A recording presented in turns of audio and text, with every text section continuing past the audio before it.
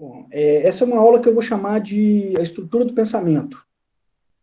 E eu vou tentar condensar para concluir esse entendimento do funcionamento social que a gente tem discutido até aqui. Como que funciona o social, né, na sociologia. Só que eu trabalho isso com base na estruturação da verdade, e essa verdade como sendo uma compreensão que a gente tem sobre o mundo. Então, a definição e a explicação que a gente faz do mundo ao nosso redor eu considero como sendo o que eu estou chamando de sendo a verdade do mundo para nós, tá? E aí eu venho trabalhando com três tipos de verdade. Na verdade, eu, pessoalmente, eu considero três tipos de verdade, que é a verdade espiritual, que é a verdade de Deus, a verdade superior, que é como se fosse uma lei, né, que a gente tem que... Não é que a gente tem que seguir, mas se a gente quiser cumprir o que a gente está fazendo aqui, no sentido espiritual, que eu acho que o que a gente está fazendo aqui é espiritual, não é material, mas a matéria é o veículo de transformação e de execução, de consecução do que o espírito precisa fazer. E se a gente quer cumprir esse caminho espiritual, a gente tem que observar essas leis, entender como ela funciona e aplicar na nossa vida. Só que para isso a gente tem que destituir bastante coisa da verdade social, que é a verdade social é o foco dessa disciplina. Como que a gente constrói a verdade social? E nesse meio termo, ajustando tudo aí, tem a verdade subjetiva, né? A gente, então, cada um de nós pega a verdade social, os conhecimentos, os parâmetros que ela tem, os saberes, a gente introjeta de uma maneira inconsciente, e aí constrói a partir desse referencial teórico, social, a nossa própria verdade. Tá? Então, eu tenho trabalhado com isso aqui. Eu vou pegar alguns elementos que o Gertz traz para a gente, para poder estruturar um pouco mais esse entendimento, tá? A primeira coisa que o Gertz vem discutir é a questão da cultura, só que ele vem fazer uma interpretação da cultura através da semiótica. O que é a semiótica? A semiótica é a produção de significados. E o que produz significados são símbolos. Então, ele tem uma interpretação simbólica da cultura. Ele vai falar, então, que a cultura é um conjunto simbólico. Tá? A primeira coisa que ele fala é a questão da ideação. E aí ele usa uma metáfora de falar assim, que a ideação é o seguinte, não existe na cabeça de alguém, embora não física. Não é uma identidade oculta, embora todo mundo saiba. O que é isso, então? O que é essa ideação? É uma espécie de ideia que a gente tem sobre as coisas, e quando ele fala que isso é cultural, ele está falando, então, que é uma produção coletiva, que é a produção de um grupo específico, e o que ele vai chamar de cultura é essa produção simbólica de um determinado grupo. Só que como ele está usando o termo ideação, ele está falando então de uma ideia que é esses arcabouço conceitual que eu venho falando, de teorias, de saberes, que vai definir as coisas. E a ação é que essas ideias colocam o nosso corpo em ação. A gente pratica e a gente interage com o mundo através das ações, tendo como base essa ideia que a gente tem do que é o mundo. Então a gente que acontece? A gente faz o corpo faz um mapeamento do que está acontecendo pelos cinco sentidos, envia uma série de informações para o cérebro, como se produzisse um código de barra. O cérebro faz a leitura do código de barra, entende o que está acontecendo e emite uma resposta com base nas lembranças que a gente tem. E aí, essas lembranças, elas são formuladas, elas são lembranças conceituais, são uma série de conceitos para definir o que está acontecendo. E isso tem como referência esse acervo de conhecimento social. Então, o meu acervo de conhecimento pessoal, ele é estruturado a partir do acervo de conhecimento social. E a partir também das experiências individuais que eu tenho, dentro de vários acervos de conhecimentos sociais dos grupos que eu pertenço. Então, dentro das várias culturas que eu vou participando, eu vou introjetando saberes e conhecimentos que vai estruturando a minha base cognitiva, né, que é a base de entendimento que é o mundo, e a partir disso, entendimento e explicação do que é o mundo, e a partir disso eu vou formulando a minha própria ideia ou a minha própria verdade do que é o mundo para mim. Por isso que eu falo que se a Terra tem 7,5 bilhões de habitantes, são 7,5 bilhões de mundos diferentes.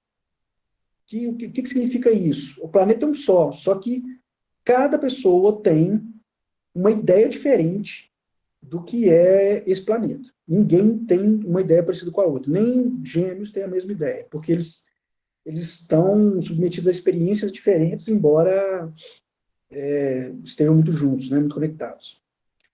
Então, essa ideação, ele vai falar que é uma ação simbólica, que é uma ação, o que é uma ação simbólica? É uma ação que significa. A gente vai ter uma aula sobre o simbolismo ainda. E aí ele pergunta assim, é uma conduta padronizada? É um estado da mente? E não é uma conduta padronizada no sentido de que ela é determinista da gente e que a gente é obrigado a seguir ela.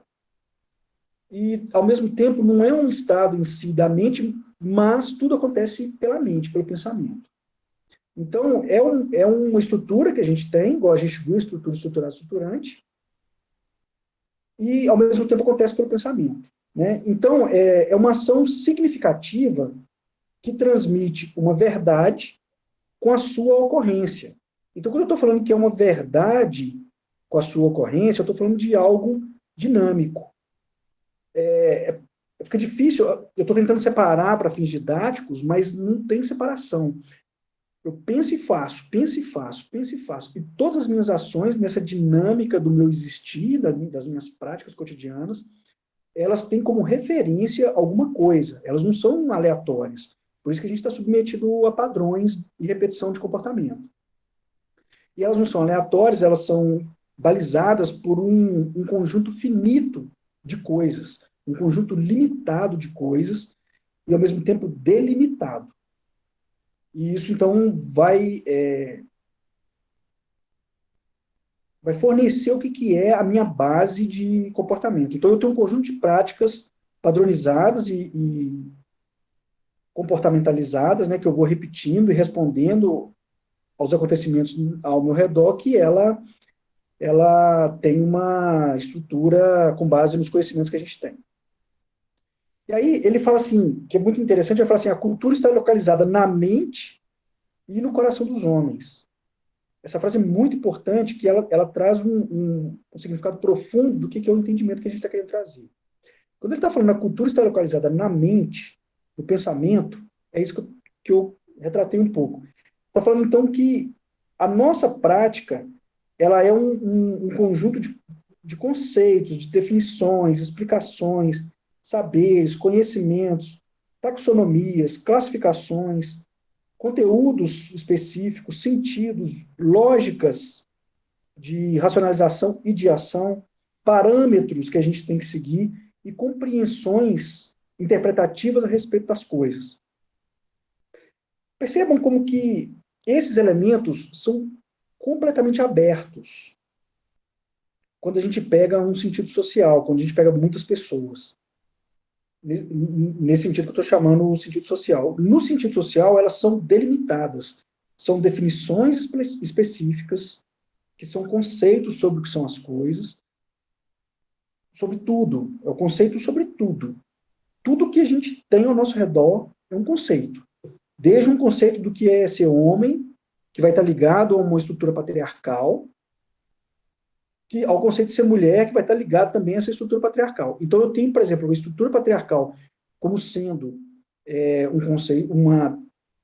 um conceito teórico social que vai me trazer definições e explicações sobre o que é ser homem e sobre o que é ser mulher, por exemplo. Essas explicações elas estão embutidas de conhecimentos e saberes, que vai definir o que é o que eu devo fazer para ser homem ou o que eu devo fazer para ser mulher. Quando eu falo homem e mulher, eu estou falando de uma taxonomia específica e de uma classificação específica que traz todo um conteúdo que vai me dar um sentido do que é ser homem. E aí surgem as derivações, né, das escolhas, das opções de posicionamento sexual, de posicionamento de como se portar, que aí vai entrar dentro daquela questão da diversidade, que vai ser sempre por mais que quando, por exemplo, se eu me posicionar como homossexual, eu estou fazendo ainda tendo como referência essa parametrização de homem e mulher. Por isso que eu estou falando aqui da caracterização de homem e mulher. Então, se eu sou homem, mas eu me identifico como sendo mulher, eu ainda estou fazendo essa identificação dentro dessa parametrização, né, dentro dessa lógica do que é o agir de mulher, e aí eu estou desenvolvendo um novo sentido, um novo conteúdo para mim, mas utilizando os sentidos de conteúdo socialmente definidos pelo patriarcado. Por isso que, quando fala que a cultura está localizada na mente dos homens, então, ela traz esse conjunto de coisas que vai definir a explicação do que é o mundo. E aí eu vou entender o que é o mundo, então, através dessas explicações. E essas explicações, esses conceitos, elas estão dentro do pensamento, elas estão dentro da lógica racional do mundo. Eu não sei se vocês conseguem ter clareza de quando eu falo uma lógica racional. Quando eu falo uma lógica racional, eu estou falando uma definição racional do que são as coisas. Por isso que a cultura está na mente, porque ela traz a definição lógica do mundo. Ou seja, pegando um jargão mais simples, eu tenho uma lógica e o que está fora do que eu entendo é ilógico. Né? Ou seja, eu tenho uma verdade e o que está fora do que eu entendo é ilógico, é uma mentira, não existe. Né? Por isso que está localizada na mente. E quando fala que está localizada no coração, aí tem um conteúdo interessante, porque a minha lógica, ela é minha, só minha. Não significa que outras pessoas vão ter isso. Por exemplo, eu tenho o que é uma conduta de professor, né? Então, eu tenho todo um conceito teórico do que é ser professor, toda uma definição, toda uma explicação, todo um saber. Mas a forma como eu interpreto isso e como eu pratico o professor, vocês podem perceber que é diferente dos outros. Os outros, vocês não vão ter esse monte de índio, esse monte de coisa nas aulas. Porque é a minha lógica, está no meu coração. Quando está falando que está no meu coração, o que eu estou querendo dizer? Que tem uma fé, na verdade, uma crença. Então, quando está falando que a cultura está no coração, é o ato de crer nas definições específicas, nas explicações específicas, nos conceitos específicos. Então, quando eu escolho, porque eu tenho vários conceitos disponíveis, né? Eu tenho vários saberes, eu tenho vários conhecimentos, eu tenho várias taxonomias, classificações, e eu vou escolhendo dentro dessas condições, desses parâmetros, aquilo que traz para mim uma certa coerência com a maneira como eu enxergo o mundo. E aí eu vou fazendo, vou construindo o que eu sou, tentando manter essa coerência para mostrar uma imagem de mim, uma imagem do que eu sou, para perpassar uma imagem do que eu sou. Só que essa imagem do que eu sou é um ato de crença, um ato de fé. Só que é um ato de fé absoluto, que eu vou eleger e eu vou praticar algumas coisas para provar que eu sou isso. Por isso que a cultura ela está na mente porque ela tem as lógicas e ela está no coração porque eu pego essas lógicas, escolho um conjunto para manifestar aquilo que eu sou e para expressar o que eu sou no mundo que eu entendo que é o mundo. Então, eu sou o que eu acredito que eu sou, uma interpretação dentro de um mundo que eu acredito que é o mundo, que é diferente de todo mundo. Então, o que eu penso que eu sou, por exemplo, é diferente do que vocês pensam que é, do que eu sou. E o mundo que eu acredito é diferente do mundo que vocês acreditam que é, né? Então, tá falando então que a cultura é uma maneira de saber ou acreditar em alguma coisa, a fim de agir de uma forma socialmente aceita. Então, eu não posso simplesmente. Eu tenho condições a ser seguidas, eu não posso chegar aqui e agir da maneira como eu agiria na aldeia, por exemplo. Né? Então, eu tenho que fazer essa intermediação, porque a forma como eu agiria na aldeia seria uma forma socialmente não aceita aqui. Então, são um conjunto de saberes que me fazem acreditar em maneiras de agir que vai ser socialmente aceita. Mas aí é importante a gente entender o seguinte: são as maneiras que eu acredito. E o que eu acredito é diferente do que vocês acreditam. É a crença, é a fé, né? Esse acreditar. Eu estou aqui falando de uma fé no sentido social, não de uma fé no sentido espiritual. Então, a cultura, ela traz uma relação entre pensamento e ação. Ela traz um embasamento ela traz um embasamento do pensamento que vai ser expresso e refletido nas nossas ações. Então, eu me expresso a partir de uma proposição dentro do conteúdo teórico permitido dentro da cultura, dentro do pensamento social, dentro do acervo de conhecimento social, e eu me coloco como uma proposição com a qual, após eu refletir sobre ela, e essa reflexão não precisa ser consciente, tá? Ela pode ser inconsciente, a proposição com a qual a maioria das pessoas concordará. Então, eu vou escolhendo, eu vou selecionando ensinamentos, conhecimentos que eu fui acumulando dentro do meu acervo de conhecimento, e eu vou utilizando isso tudo para explicar o que eu sou, para explicar o mundo, e para explicar o que eu sou dentro do mundo, respondendo ao mundo. Tá? Então, uma cultura, ou essa verdade social que eu estou tratando aqui, esse conhecimento de acervo, esse acervo de conhecimento social, nada mais é do que um arranjo de significados que são existentes previamente antes da gente. Então, o que acontece? A gente chega aqui, né, igual eu falei, como se fosse um livro, um dicionário em branco, e aí eu vou os conceitos que eu vou escrever nesse dicionário, eles são arranjos de significados, eles são significações sobre o que é o mundo. Então, o mundo não passa de uma significação que a gente dá, uma interpretação que a gente dá ao mundo.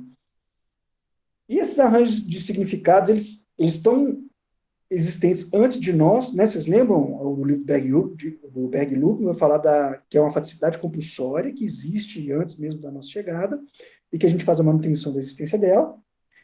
E que aí eu assimilo e compreendo esse acervo de conhecimento social dentro das lógicas que eu tenho sobre o que é a existência dentro de mim. Então, tem interpretações sociais que elas são reinterpretadas dentro de mim para me colocar no mundo e a minha expressão no mundo. O Goethe fala que a cultura é pública porque o significado o é. Isso é outro ponto muito importante. Quando ele fala que a cultura é pública, ele está falando que a cultura ela é acessível a todos os membros de um determinado grupo social. O que isso quer dizer? Que os conceitos socialmente definidos, seja lá de onde eles vieram, a gente tem que entender que eles vêm antes de nós, mas eles não são um conjunto de coisas que são colocadas sobre nós e a gente está completamente determinado por eles e não tem nenhuma potência sobre eles. Não é isso. Porque a gente perpetua o que está acontecendo, a gente faz a manutenção da existência disso. E a gente vai modificando alguns saberes e alguns conhecimentos dentro da necessidade do contexto do tempo atual que a gente tem. Então, ela é pública porque todo mundo compreende. Né? A gente só consegue falar das mesmas coisas porque existe um significado social sobre essas coisas. Então, eu estou aqui falando de comportamento porque existe uma certa significação social sobre o que é esse comportamento. Eu posso falar com vocês assim, peguem a caneta e anotem umas coisas no papel. Porque existe uma significação social média, né, um entendimento do que é uma caneta e um entendimento do que é um papel. Claro que a minha maneira de entender uma caneta vai ser diferente das suas. A minha maneira de entender um papel vai ser diferente das suas.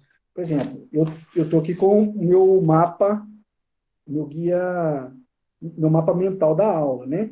Então, a caneta e o papel têm esse sentido para mim, da produção de um mapa mental, eu uso com muita frequência, eu prefiro papel e caneta do que ficar com as coisas online ou no computador, eu gosto do papel, você pode ver que eu estou sempre com o papelzinho acompanhando a aula, né? Então, e quando ele fala que ela é pública porque o significado ela está falando o seguinte: só existe essa possibilidade de ser acessível e inteligível a todos nós, a todos os membros de um meio social, que aqueles que não entenderem a cultura saem do grupo social e não pertencem mais ao grupo. Só é acessível e inteligível a todos porque o significado ou seja, é o significado que dá a existência de todas as coisas. É o significado que permite que permite o entendimento.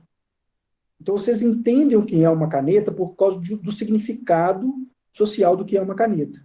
Então, a gente tem um significado até certo ponto do que é uma caneta, que é o significado social, e uma grande parte que é o nosso entendimento que é a caneta. Então, tem o entendimento social do que é uma caneta, algo para escrever no papel, e tem o meu significado particular sobre esse algo para escrever no papel. Então, uma cultura, ou a nossa realidade, ela é um conjunto de símbolos significantes. O que é isso? Ela impõe significado à experiência e a gente utiliza esses símbolos significantes para nos orientar na realidade. Sem esses símbolos significantes, a gente não saberia como agir, a gente não saberia como fazer. Então, a gente tem toda uma. A gente tem todo um entendimento do que são as coisas para poder. Pessoal, anotem as perguntas aí, que eu estou me dispersando com o chat, aí a gente conversa depois da aula, tá? Eu tô perdendo o raciocínio, que eu estou vendo o chat aparecendo. Aí eu vou pedir esse favorzinho para vocês, porque vê que eu perdi o raciocínio. E eu sou distraído, né? Vocês ainda vão, o Igor sabe disso, me conhece, e vocês ainda vão ver isso. Eu fico prestando atenção e me perco. Então, a gente só consegue agir no meio social porque tem uma base comum de significado do que a gente deve fazer, do que o mundo é, né? Tem que trabalhar, tem que estudar. Então, existe toda uma perspectiva comum que a gente sabe de significado, né? Que a gente sabe como fazer. É o saber e o conhecimento. E aí a gente se orienta através desses saberes. Por isso que a gente segue tanto o jogo social, porque é através disso que a gente constitui a nossa identidade, o nosso ser, né? A nossa existência, que a gente se coloca no mundo. Então, esse conjunto esse acervo de conhecimento social, ele serve para nos orientar como ser, né? Então, tem todo por exemplo, eu tenho toda uma característica sobre o que é ser brasileiro, sobre o que é ser mineiro, sobre o que é ser cidadão de florestal, sobre o que é ser professor da FIV, sobre o que é ser homem em cada um desses lugares, sobre o que é ser pai em cada um desses lugares. E isso tudo é possível dentro desse acervo de conhecimento social, que é os significados e as explicações das coisas e do como agir. Tá? Então, uma cultura, ela consiste em estruturas de significado socialmente estabelecidos. Olha essa frase. Uma cultura consiste em estruturas de significados socialmente estabelecidos. Quando eu falo estrutura de significados, é essa estrutura da estrutura estruturada estruturante, que é o acervo de conhecimento. E isso tudo é socialmente estabelecido porque é como se fosse uma espécie de acordo social. Então, por exemplo, a corrupção no Brasil, ela é uma estrutura de significado socialmente estabelecido. Todo mundo perpetua isso. Senão, não estava existindo mais. Na Nova Zelândia, eles não aceitam, então não existe. Tu pega um exemplo mais crítico, assim, né, que incomoda um pouco, vocês perceberem, então, que tudo que a gente tem enquanto conceito social é uma estrutura de significado, entrando no entendimento da estrutura estruturada estruturante, e aí, quem quiser entender, assiste o vídeo da estrutura estruturada estruturante, né, que chama, o vídeo chama A Estrutura da Realidade Cotidiana. Então, e aí, vocês vão entender como que é o funcionamento dessa estrutura, né, e ela é socialmente estabelecida porque ela é estruturada. Esse socialmente estabelecido significa que ela é estruturada por nós. E ela também nos estrutura, ela é estruturante de nós, que é essa capacidade de auto-orientar a gente na realidade. Então, quando a estrutura orienta a gente, e a gente começa a se comportar com base nessa orientação, a gente está sendo estruturado pela estrutura, ela é estruturante de nós. Então, a cultura, ela traz como compreender e as referências. E aí eu pergunto para vocês, né?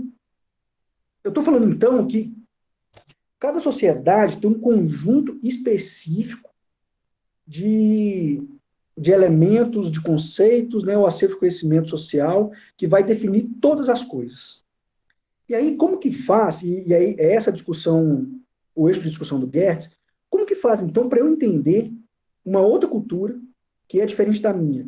Teve até uma aula que alguém perguntou a questão da Alemanha, né, que lá as coisas são diferentes, como que a dificuldade que a gente teria de ir para lá ou de ir para Nova Zelândia, por exemplo, está baseada nisso. Né? A gente tem um acervo de conhecimento sobre o que fazer e como ser, como existir no mundo, e quando a gente vai para lá, que é outro acervo de conhecimento, a nossa referência de existência encerra, e aí a gente fica perdido, a gente não tem como se orientar porque a gente não conhece a cultura. E aí a gente não sabe como se comportar, como que fazer. E à medida que a gente vai socializando, entendendo e vivenciando as coisas, a gente vai absorvendo os conceitos, e aí a gente vai começando a praticar os conceitos. Por exemplo, eu vi uma experiência, eu vi uma questão lá, eu estava numa loja, e aí eu vi o cara do caixa falando mais alto um pouco, eu escutei o cara do caixa falando assim, lá vem vocês pedir desconto de novo. Eu aposto que vocês dois são brasileiros. Vocês adoram ficar chorando desconto da gente. Se vocês não acham que meu preço não está bom, vai lá no meu concorrente, vai lá na outra loja e compra lá. E sai para procurar o preço que vocês querem, o meu preço é esse. Então, aí depois os caras saíram falando português. Então, o que acontece? Nessa experiência que eles tiveram, eles começaram a entender que na cultura da Nova Zelândia não se discute preço. Então, a próxima vez que eles entrassem numa loja, eles tiveram a oportunidade de entender que naquela cultura lá não dá para agir dessa maneira. Então, há uma grande chance deles repensarem esse comportamento e começarem a se ajustar a essa cultura. Por quê? Eles tiveram uma assimilação do acervo de conhecimento social da Nova Zelândia, que é diferente do acervo de conhecimento social do Brasil.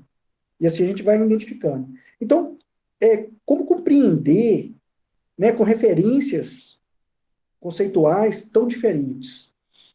Aí eu vou trazer algumas coisas aqui para vocês entenderem um pouco, tá? Vou fazer um pequeno ritualzinho aqui, coisa rápida, dos índios. Ux, ux, ux. Sirim, sirim, sirim, sirim, sirim. Puxarim, puxarim, puxarim, puxarim. Sirim, sirim, puxarim, puxarim.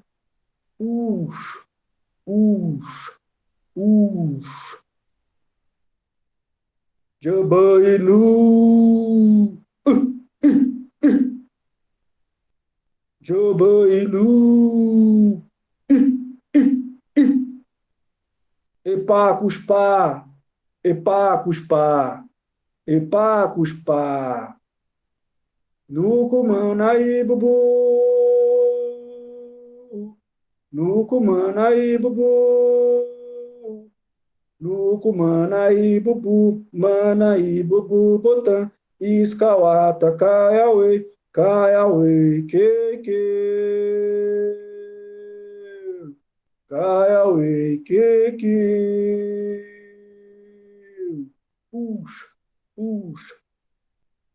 No coxinaí, bubu. No coxinaí, bubu. Xinaí, bubu, botã. Iscauachum, caiauê. Caiauê, que.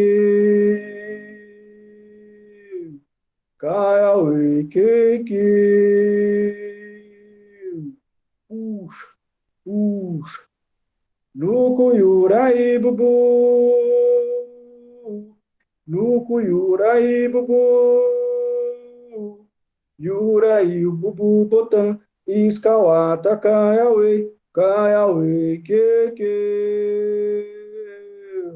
Caiauê, que. Rauch, rauch, rauch. O Shibu nos abençoe nesse momento. Rauch, rauch. Entenderam alguma coisa? Nada, né? Talvez alguém que já teve algumas vivências comigo entendeu alguma coisa. Eu também estou com saudade, viu, Igor? Eu lembrei assim. Então, como que vocês vão entender isso se vocês não têm nenhuma referência conceitual do que aconteceu aqui agora? Não tem como entender. Por quê? Vocês não têm um acervo de conhecimento que tem uma base de conhecimento, uma base de saberes que explica o que aconteceu. Estão entendendo? Por isso que é difícil entender quando a gente está em culturas diferentes ou em acervos de conhecimentos sociais diferentes ou realidades cotidianas diferentes. Porque existe toda uma formulação conceitual de saberes, né? Eu falei aqui, ó, tem todo definições, explicações, saberes, conhecimentos, taxonomias, classificações, conteúdos, sentidos, lógicas, parâmetros, compreensões, e vocês não têm nenhum desses compreensões a respeito disso.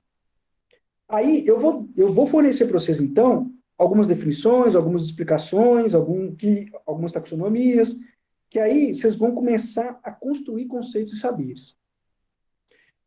Isso se trata, então, eu pedi uma bênção do pensamento. Shinar é o pensamento. Então, eu estou pedindo para abençoar o pensamento. E o que significa isso aqui, então? Aqui agora eu pedi aos Yushibus, que são os deuses, Yopaku, Shupaku, Pai Superior, para poder nos abençoar e poder alinhar o nosso pensamento, para abrir o pensamento para entender a aula. Então, agora, vocês estão começando a entender o que aconteceu. Estão percebendo? E por que vocês estão começando a entender o que aconteceu? Porque o referencial de conhecimento, vocês agora começaram, dentro do acervo de conhecimentos objetivos seus, vocês começaram a acrescentar informações e conhecimentos e saberes do acervo de conhecimento social dos Unicuim. E aí agora já começa a fazer um sentido para vocês. E aí agora vocês começam a comparar esse acontecimento, esse novo saber, com o saber já existente. Então, quem tiver muito apego à religião, vai começar a achar que é uma heresia, que não pode. E aí vai vindo uma série de comparações e explicações do que está acontecendo. E alguém que ficar muito incomodado pode falar assim, não, então, não quero saber desse cara mais não. Porque os saberes foram muito diferentes, tá? Aí vocês estão percebendo o jogo das palavras? Aqui tudo palavra, quando eu trago uma outra língua, essa língua é Rathiakun, de um tronco linguístico que chama pano, que não é o nosso tronco linguístico, é uma outra significação completamente diferente da nossa. Completamente. Aí, olha o poder das palavras que eu tenho. Vocês estão conseguindo ver isso aqui? O que vocês estão entendendo com isso aqui? Dentro do acervo de conhecimento que vocês têm, provavelmente vocês estão falando assim, ó, tem um pássaro, um gato, uma cobra. Ok. Se eu virar para vocês e falar assim, Tutupauá e Nu Jabã. Aí, de novo, vocês não entenderam nada. Né? Porque conhecimentos seus, do acervo de conhecimentos seus, não tem o tronco linguístico pano, não tem a língua Rathiakun. Então, essas coisas, elas são dotadas, elas ficam sem significado. A existência disso aqui para vocês, então, se resume um pássaro pongado num gato, pongado numa cobra. Essa é a existência, essa é a verdade, esse é o mundo, a existência, a realidade desse objeto para vocês. É sem sentido, sem significado.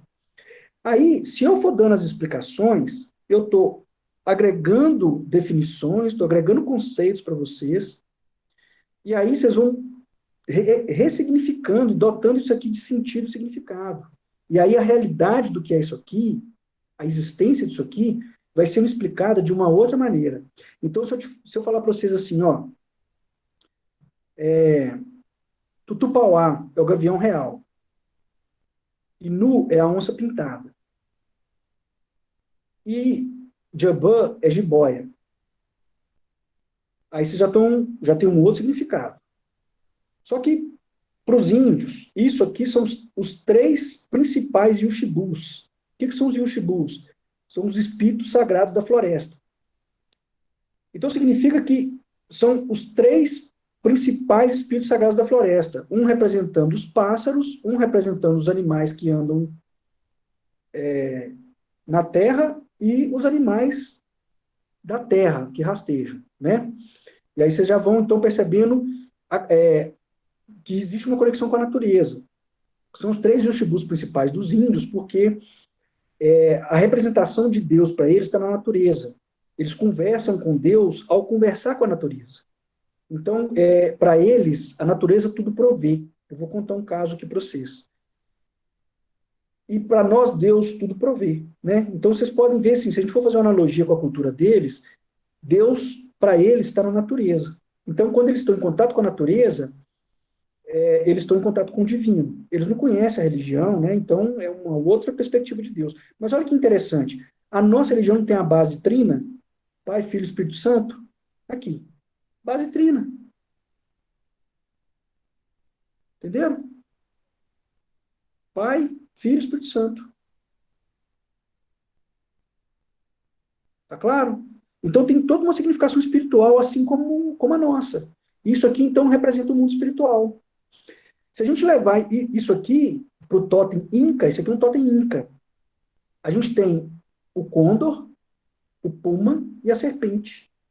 Representam os três mundos espirituais, os três mundos dos Incas. Os Incas entendem a realidade através de três mundos.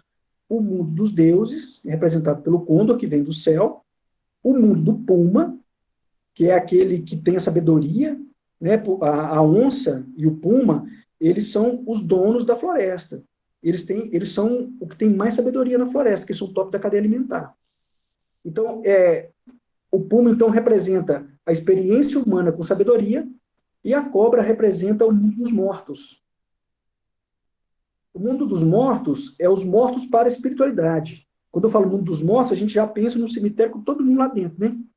Que é o nosso significado do que é a morte. Mas para eles, o mundo dos mortos é aquelas pessoas que não estão espiritualizadas, estão mortas. É como se estivessem um zumbi. E aí, a analogia que eles falam, então, é que essas pessoas rastejam sobre a terra, estão rastejando. E realmente, se você for pensar em grau de evolução espiritual, quem é pouco espiritualizado está rastejando. E quem é muito espiritualizado está voando. É o Condor. Então, aí vocês percebem, então, um outro conjunto de significação, um outro conceito das coisas se formando, e à medida que eu vou explicando, que eu vou dotando o acervo de conhecimento individual de vocês de informações, vocês vão ressignificando a realidade e a existência das coisas vai mudando. E aí vocês estão percebendo, então, como que a existência das coisas, elas são consequências daquilo que a gente sabe. Então, se a gente sabe pouco, o mundo é reduzido, a gente entende como viseira de burro. Aí, corrupção é legal, corrupção pode, corrupção é bonito, eu tenho que aproveitar toda oportunidade que eu tiver. Se eu não aproveitar, eu sou bobo. Eu tenho que passar a perna mesmo, porque o mundo é dos espertos. Eu tenho que ganhar dinheiro fácil. Estão entendendo? Eu tenho que enganar, eu tenho que mentir. Vou puxar a sardinha para aula, eu ligo a câmera e vou fazer outras coisas e finjo que estou lá.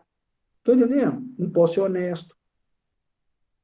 Então, eu vou. Vai trazendo uma série de.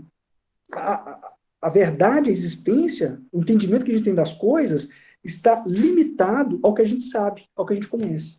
Então, quanto mais a gente conhecer, quanto mais a gente saber, mais a gente entende as coisas com mais profundidade. E aí a gente chega mais à realidade da essência das coisas. Quando eu falo assim, vocês sabem o que é isso? Vocês conhecem isso? Está vendo? Eu estou falando de saberes e de conhecimentos. E olha como que são as coisas. Vocês têm alguma dúvida de que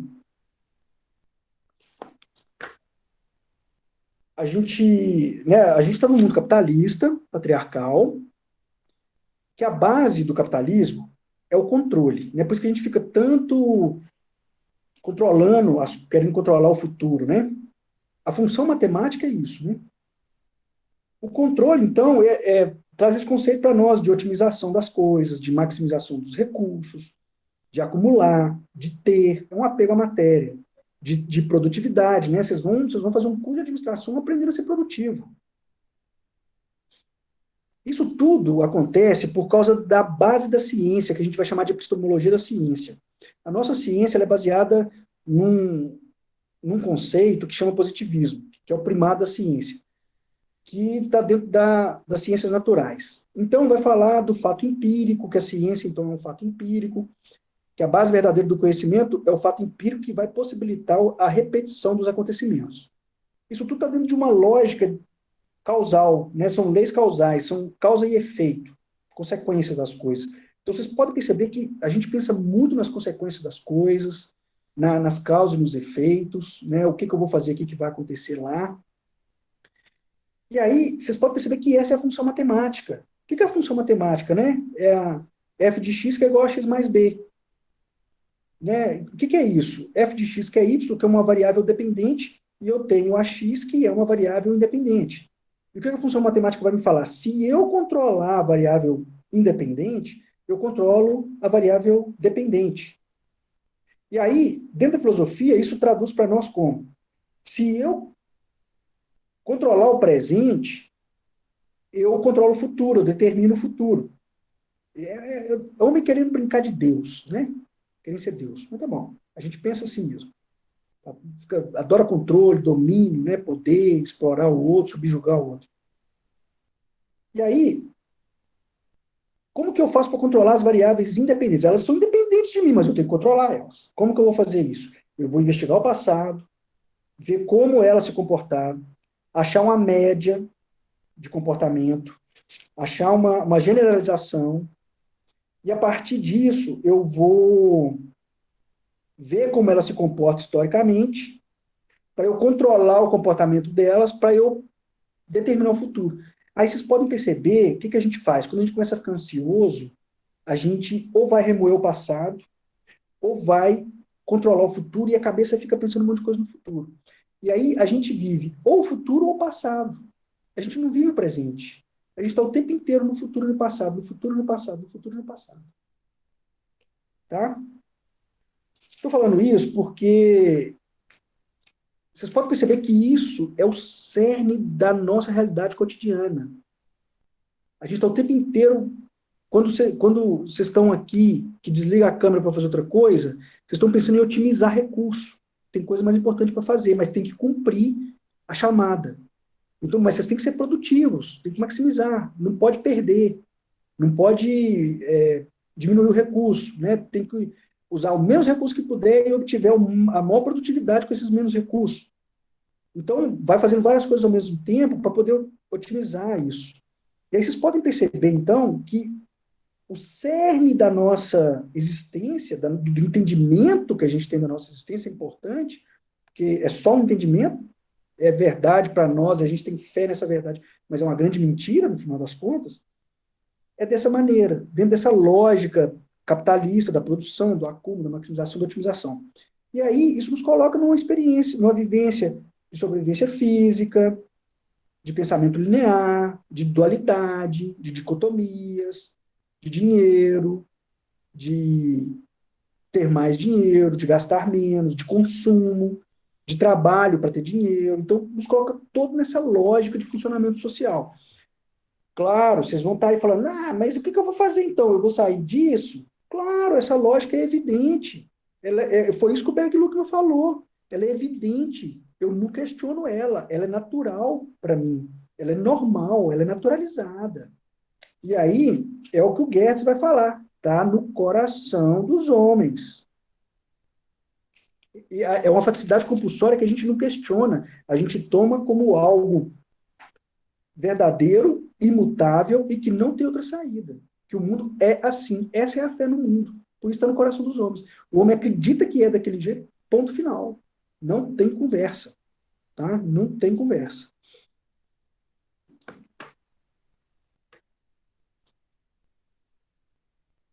Então,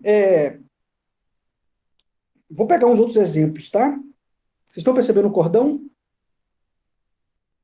Eu trouxe por causa dos símbolos, dos significados. Se eu virar para vocês e falar assim, isso aqui é a flor da samaúma. O que vocês entenderam? Nada, né? O que é uma samaúma? O que isso significa? Agora, se eu chegar com esse cordão lá na aldeia, todo mundo que vê vai entender o que é. E vai entender o significado espiritual disso aqui.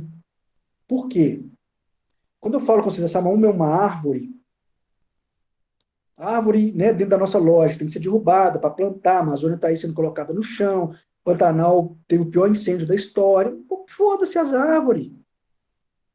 Porque a gente está numa lógica utilitarista, a gente está numa lógica material, que é essa lógica da ciência positivista. A gente calcula tudo pela utilidade. Né? A maximização de recurso é uma lógica racional, uma ideia de utilidade, de maximizar as coisas, de utilizar o máximo que eu puder, de otimizar a utilidade. Agora, isso tudo porque a gente tem uma lógica de trabalho, o trabalho rege a nossa vida, uma lógica material, uma lógica dentro da questão do recurso material, físico. Agora, os índios, que só o fato do tronco linguístico ser outro já mudou toda a cultura deles, toda a significação, porque a gente recebe o significado do que a gente sabe através das palavras, através da linguagem. Tá? Vocês podem perceber que a língua portuguesa do Brasil ela é corrupta, tem vários sentidos, cada hora o sentido muda. Então, isso já mostra da onde vem o aprendizado da nossa corrupção, está na linguagem. E tudo que a gente sabe e conhece é para a linguagem. Eu estou aqui agora usando a linguagem para transmitir conhecimento para vocês. E à medida que vocês vão recebendo os conhecimentos pela linguagem, vocês vão ressignificando as coisas. Só que lá na aldeia, o que a gente dedica ao trabalho, eles dedicam à vida espiritual. Então, o eixo da vida deles é cura espiritual. O que a gente dedica ao trabalho, eles dedicam à cura espiritual. Como são referências a seus conhecimentos muito diferentes, e a gente julga o outro pelo nosso, então o nosso acervo de conhecimento é trabalho, e o deles é cura espiritual, a gente já de cara fala assim, dentro do conceito nosso do trabalho, bando de preguiçoso que não faz nada, que não quer saber de nada, só quer ficar lá fazendo ritualzinho para curar o quê? Tem nem espírito, é importante a matéria. Então a gente julga o outro dentro da nossa, é isso que o Goethe vai falar nesse capítulo sobre quando ele está falando do etnógrafo, do papel do etnógrafo. O etnógrafo faz isso. O etnógrafo só tem jeito de conhecer a outra cultura a partir dos referenciais deles. Então a gente julga os índios a partir dos nossos referenciais. E aí, como eles não têm um referencial do trabalho, igual a gente tem, aí a gente fala que eles são um bando de preguiçoso. Só que quando aparece a Samaúma para eles, a Samaúma, se vocês quiserem aí, dá uma olhada no Google, o que é uma Samaúma, ela é a árvore mais alta da floresta amazônica. Vocês têm noção do que é isso? Ela tem mais de 40 metros de altura. Eles chamam ela de rainha da floresta. Porque quando você olha na floresta amazônica, é um paredão de 40 metros de altura, que ele é médio assim, só que para cima desse paredão está saindo essa maoma. Ela fica por cima assim. Ó. Por isso que eles chamam ela de rainha da floresta. E aí eles falam que a Samaúma não pode ir sozinho, o índio não pode ir sozinho na Samaúma, e criança não pode ir na Samaúma, porque o espírito dela é muito forte e pode roubar o espírito da criança ou do índio sozinho. Aí é pra você ver, eles se relacionam com os espíritos da floresta. A gente, né, a maioria de nós nem acredita em espírito. Ainda mais que a árvore vai ter espírito. E eles já têm certeza que a Samaúma tem um espírito, que ela é o espírito que governa a floresta amazônica. Ela é o espírito que protege a floresta amazônica. Ela é a deusa superior da floresta amazônica. É ela quem organiza a floresta amazônica inteira. Então, a Samaúma, ela é muito bonita, ela tem umas katanas muito grandes, e ela é gigantesca, é assim, 80 pessoas, 100 pessoas para poder abraçar ela, do tamanho do tronco dela. E aí, os rituais espirituais mais fortes que existem são feitos dentro das katanas da Samaúma, no pé da Samaúma. Então, para eles, o templo mais sagrado que eles têm é a Samaúma. Então, quando eles veem o símbolo, a representação da flor da Samaúma, eles já levam para toda essa significação de, o lugar sagrado, então o Chai aí está contemplando o nosso lugar sagrado, o lugar onde é a morada superior do espírito. Então, esse cordão significa, então, dentro dessa cultura, a morada superior do espírito. Estão percebendo? Então, é uma outra lógica de compreender o mundo, uma outra maneira de entendimento do mundo. Esse meu cordão que está aqui, este cara está aqui, é a pata da onça. A onça é o homem superior, porque ela é a dona da floresta. Dos bichos, ela é a dona. A floresta é o quintal da casa dela. Ela é a maior sabedoria da floresta. Então é outro significado, é outro tipo de relação, é outro tipo de interação, é outra maneira de conceber a vida. Eu estou mostrando isso para vocês terem noção quando encontram dois acervos de conhecimentos diferentes, né? Aí, vou contar dois casos. Tá eu subindo o rio, primeiro dia, e vindo uma chuva. Aí, e a gente, num barco, 3 dias de barco para chegar lá. Aí a gente subindo o rio, a chuva vindo, eu olhando aquele trem assim, tipo assim, será que esse cara não vai parar, não? E ele indo tranquilo da vida lá pro meio da chuva. Eu já tinha empacotado minhas coisas tudo, porque eu estava na lógica de maximização de recursos, né? Otimizar. Tenho que, lá no futuro, por causa da minha experiência passada de acampamento, vou empacotar tudo, porque vai molhar, eu vou ficar sem isso, vou ficar sem aquilo, minha lanterna pode não funcionar, porque lá na frente, daqui a pouco eu preciso pensar lá na frente. Também vou colocar a capa de chuva de uma vez, porque para não molhar, para não gripar, e eles lá tranquilo, com as coisas dele tudo exposto, vindo aquele chuvão. Quando a chuva chegou, lá é quente, eu já estava querendo tomar banho de tão suado que eu estava dentro da capa de chuva. Aí, quando a chuva chegou mais perto, que deu um vento, o barco balançou, aí ele virou e falou assim, ó, vamos respeitar a natureza. Aí encostou o barco. Parou, ficou lá em pé olhando a chuva assim. Na hora que primeiro caiu a primeira gota de água nele, ele vestiu a capa de chuva, foi lá e encostou as coisas dele no cantinho do barco lá, mas molhar molhou, tá bom, é isso aí mesmo, não tem problema não. Aí a chuva apertou, ele entrou para dentro da floresta, porque aí chove menos, né? A chuva cai nas folhas e no chão a água cai menos. Aí parou de chover, ele voltou. Aí eu já fiquei assim, né? Eu lá querendo maximizar recursos, que tem tudo e tal. Aí, quando a gente voltou pro barco, eu fui lá no tanque de combustível, chequei o tanque de combustível, vi que tinha um pouquinho de combustível só. Já virei para ele e falei assim: vamos abastecer de uma vez, nós já estamos na praia, a gente vai economizar uma parada, porque a gasolina. E aí, assim, eles não ficam olhando quando o combustível acaba, não. O combustível acaba, aí o barco vai descendo o rio na correnteza até encostar no barranco, e o barranco que encosta a gente pega e abastece do jeito que tiver. Se tiver a onça lá, se for barranco reto, a gente se vira. Eu falei assim, bom, nós estamos confortável, numa praia, vamos abastecer de uma vez, né? A gente vai economizar uma parada, vai evitar a descida. Tudo uma lógica. Estão vendo? Causa e efeito, purinho. Agora, para evitar, tudo causa e efeito. Tudo função matemática. Eu controlando as variáveis independentes aqui, de abastecer agora para ter minha variável dependente do objetivo que eu queria. Todo dentro da minha lógica branca, capitalista, né? Que tem que ser assim, tem que ser assado. Aí o índio me escutou tranquilo, depois que eu falei de toda a minha teoria branca de maximização de recursos, aquela coisa bonita, né? Lógica, maravilhosa. Ele olhou para mim e falou assim: por quê? Não acabou? Eu fiquei sem chão. Falei, gente, primeira coisa que meu ímpeto foi assim, esse cara é burro. Mas aí, como eu já estou habituado, eu trabalhei com etnografia na minha tese, eu já estou habituado com isso, eu falei assim, não, agora eu quero entender a lógica dele. Foi que eu comecei a perceber, então, que eles não tinham o conceito de otimização de recurso. Eles não sabiam o que é maximizar as coisas. Eles não sabiam o que é produtividade. Eles não tinham ansiedade com o futuro, eles não se preocupavam com o futuro, eles não tinham a preocupação em ganhar tempo, em otimizar recursos. Isso tudo é lógica racional. Dentro dos estudos da psicologia, o, o centro racional ele está relacionado ao futuro. Ele arremete ao futuro.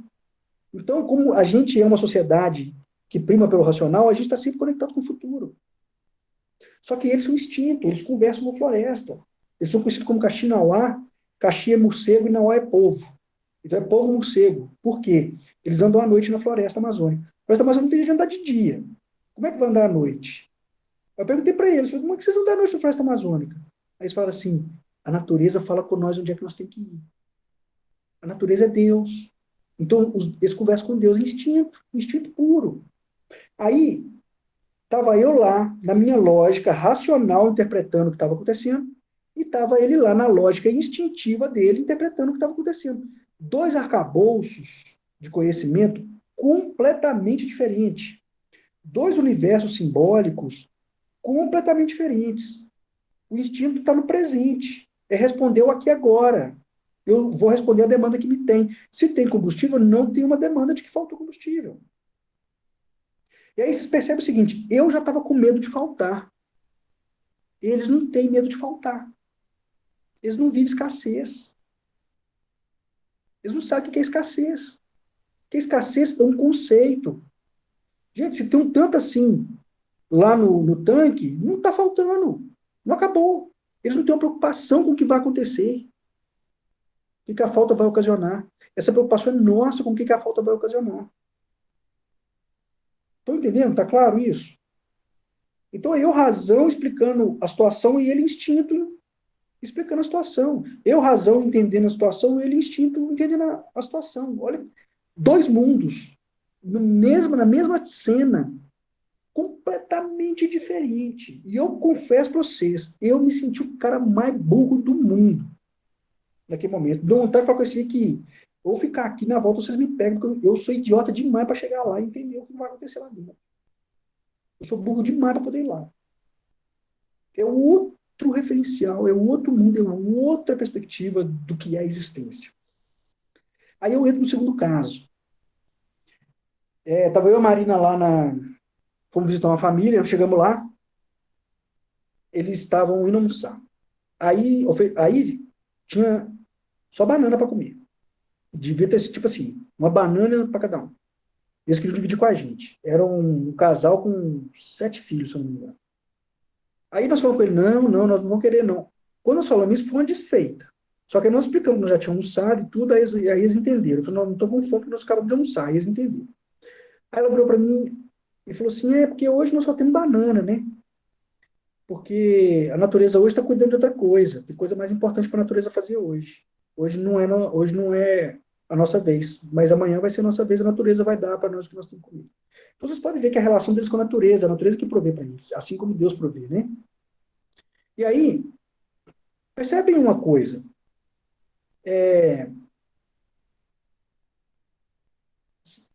não tem comida na mesa. Mas vocês estão entendendo que eles não entendem isso como escassez? A escassez é um conceito teórico que nós temos com base nessa parafernália positivista da ciência, de maximização de recursos, de produtividade. E aí a gente desenvolve uma grande preocupação com a escassez, não pode faltar. A escassez é um conceito, é um medo da falta, que está lá no futuro. E eles entendem de uma maneira diferente, então eles não sabem o que é fome. Eles vivem a abundância. Então a banana que está ali é abundante para eles. Só que a nossa interpretação é de uma extrema escassez. Estou percebendo o tamanho da diferença dos mundos? Agora, o que estrutura o nosso mundo e o que estrutura o mundo deles é a mesma coisa. Os significados. Só que os significados que eles têm é completamente diferente dos significados que nós temos. Isso começa pela linguagem. Mas vai passar por todo o universo simbólico que o Goethe vai chamar de cultura, que o Bergluck vai chamar de realidade da vida cotidiana, que o Bourdieu vai chamar de estrutura. Tá claro? Estão entendendo essa questão? Muda completamente o sentido do mundo. O significado existente em cada cultura, cada realidade cotidiana, cada estrutura é completamente diferente. Por que esses significados são diferentes? Porque os conhecimentos, os saberes, as referências são todas diferentes.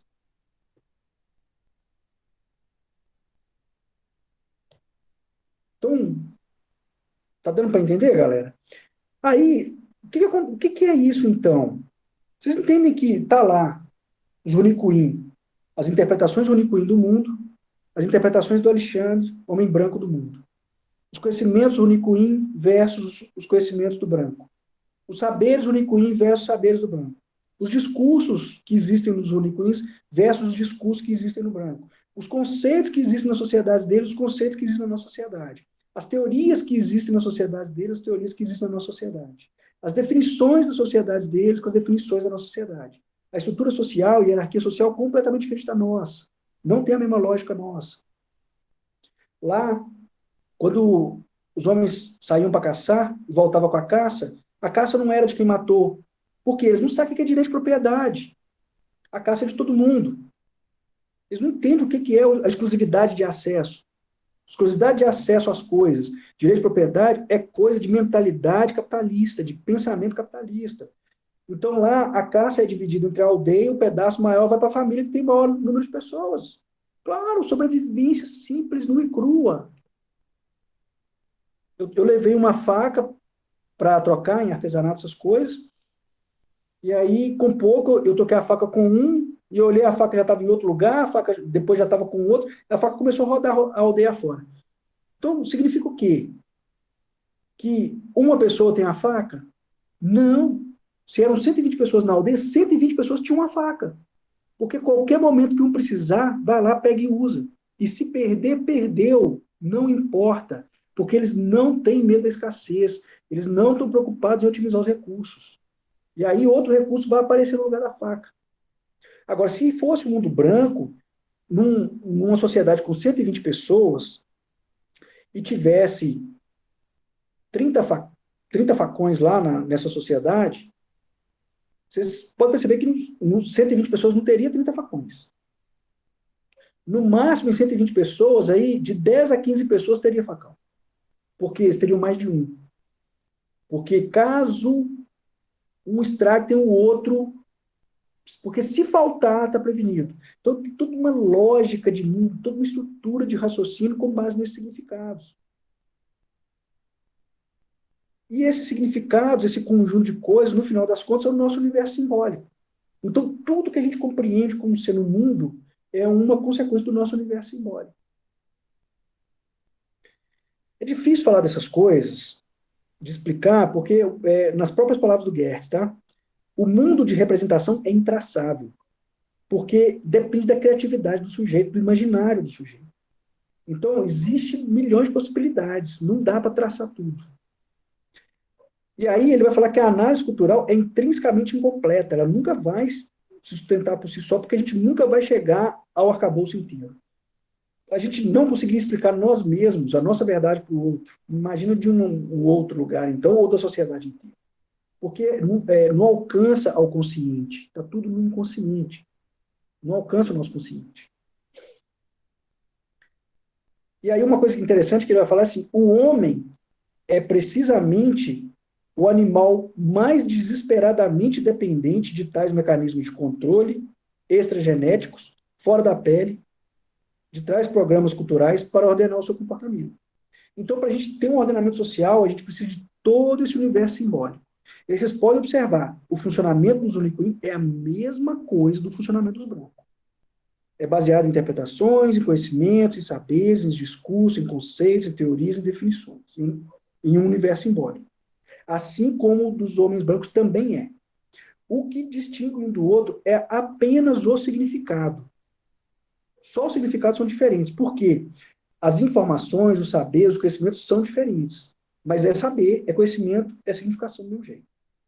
E eu estou falando assim, apenas o significado, mas esse apenas tem que colocar muitas aspas, porque não é só apenas, porque é tudo que temos. Tudo que temos sobre o mundo é um significado.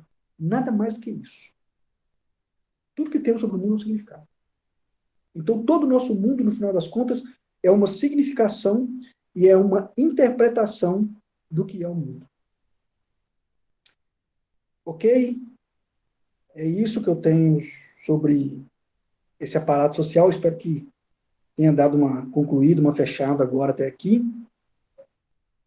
Rausch, Rausch e paz no profundo para vocês.